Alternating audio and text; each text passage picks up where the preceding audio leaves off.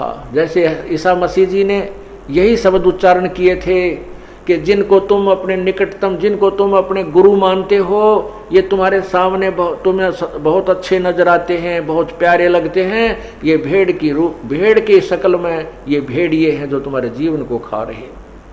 इन्हीं बातों से दुखी होते होकर के उन गुरु लोगों ने, उसमें अशिक्षित समाज था, और भ्रमित कर दिया और उस पुण्यात्मा को क्रश करवा डाला। आज वही स्थिति इस दास के साथ चल रही है, लेकिन अब समाज शिक्षित है और हिंदुस्तान स्वतंत्र है। इन लोगों की वो दाल नहीं चल पाई और नहीं गल पाई और ना ही गलेगी। अगर आज से 50-100 साल पहले शुरू होती है ये मार्ग, तो इस दास का हफ्ते पहले पता नहीं टुकड़े कहाँ मिलते, राख बन जाती। परमात्मा ने ऐसे समय में शुरू करना था, सुनियोजित था प्रभु का कि ये समय आ गया है, समाज शिक्षित है, ज्ञान और शास्त्र हमारे साथ हैं, इसलिए इन भ्रमित करने वालों का दाव नहीं लग पाया। हालांकि इन्होंने तो अपने तरफ से पूरा काम कर दिया था कि ऐसा काम कर दो, झूठा केस बनवा दिया, जबकि हमारे आश्रम पे आक्रमण हुआ क्रोथा में, उनको तो इनाम दे दिया। ये देखो यहाँ के काल के इस कलयुग के न्यायकारी राजा जो आक्रमण करने आए, कानून हाथ में लिया, उनको तो इनाम दे दिया, उन पे कोई केस नहीं करने को तैयार, और निर्दोष जो अपने आश्रम में बैठे थे चुपचाप उनके ऊपर आक्रमण किया। और ना जाने किन कारणों से उनको गोलियों से, पुलिस की गोलियों से घायल हुए हैं। और अब स्पष्ट हो गया है उस CPCFSL रिपोर्ट से, मधुबन की लैब ने स्पष्ट कर दिया कि आश्रम की गोलियों से वो व्यक्ति नहीं मरा, और उसके मरने की दूरी, गोली चलने की उनकी दूरी 20 फुट की है ज़्यादा से ज़्यादा, जबकि आश्रम से जहाँ वो पुलिस ने जो केस बनाया है उसमें जहाँ लड़के की मृत्यु स्थिति दिखा रखी है, उस आश्रम से 140 फुट की दूरी पर है। और भी बहुत से कारण हैं।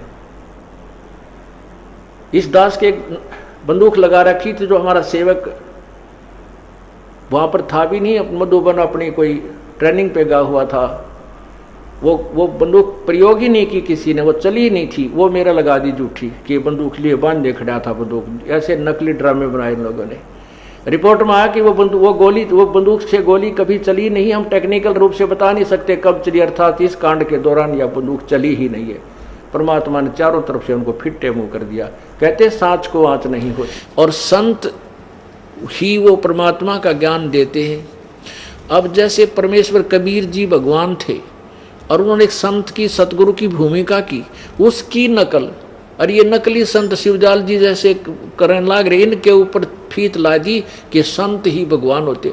अरे वो भगवान संत थे और वो भगवान भी थे, और तुम्हारे वाले संत भी कोई ना भगवान की तो दूर की बात, क्योंकि उनको ज्ञान कह का नहीं, उनकी भक्ति गलत।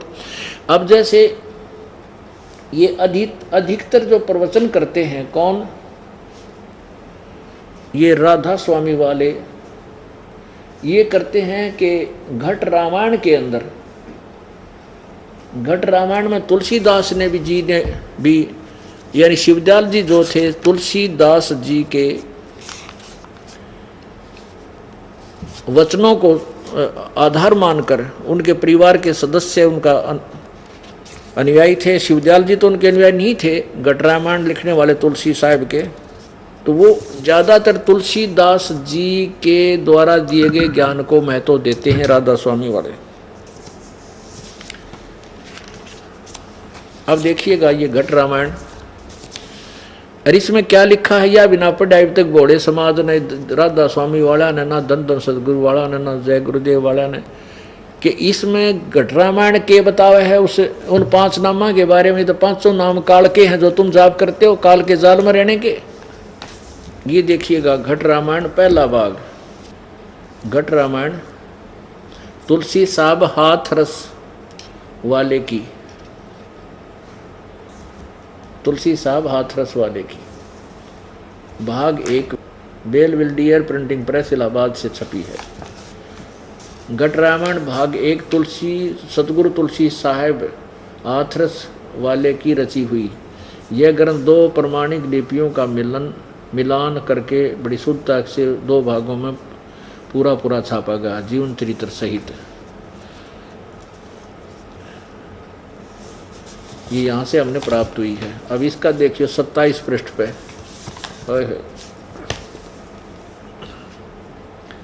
ये 27 पृष्ठ है, पिंड और ब्रह्मांड का भेद, पिंड और ब्रह्मांड का।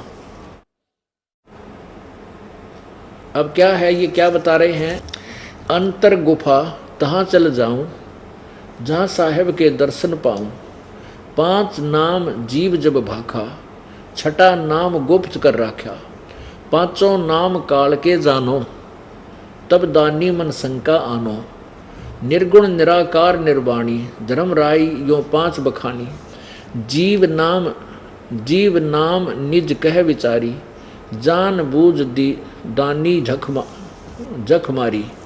आगे देखो, कह जीव दृढ़ दानी भाई, हम चल जाई नाम चितलाई, दानी दान चुकाओ आई, जब यह बाट निभन तुम पाई, कह के ही कर अंश कहाँ तुम जाई, बात अपनी कहो बुझाई, कह जीव सतलोक निवासा, मैं चल जाऊं पुरुष के पासा, दानी कह दूर है भाई, अगम पंथ कैसे निभ जाई, कौन नाम मार्ग जो को जोई, कौन नाम से उभरे आई, इतना भेद कहो समझावा, और घट बाट जीव जब घर पी पावा, दानी सुन बिनती हमारी, हम चल जावे पुरुष दरबारी, सुरत नरत ले लोक सिधाऊं, आदि नाम ले काल गिराऊं। बोलो, यू आदि नाम की सेन 5 नाम वाला, उन 5 नाम तो काल के हैं, यू आदि नाम कोई और है, और सत नाम ले जीव उभारी, अस चल जाऊं पुरुष दरबारी।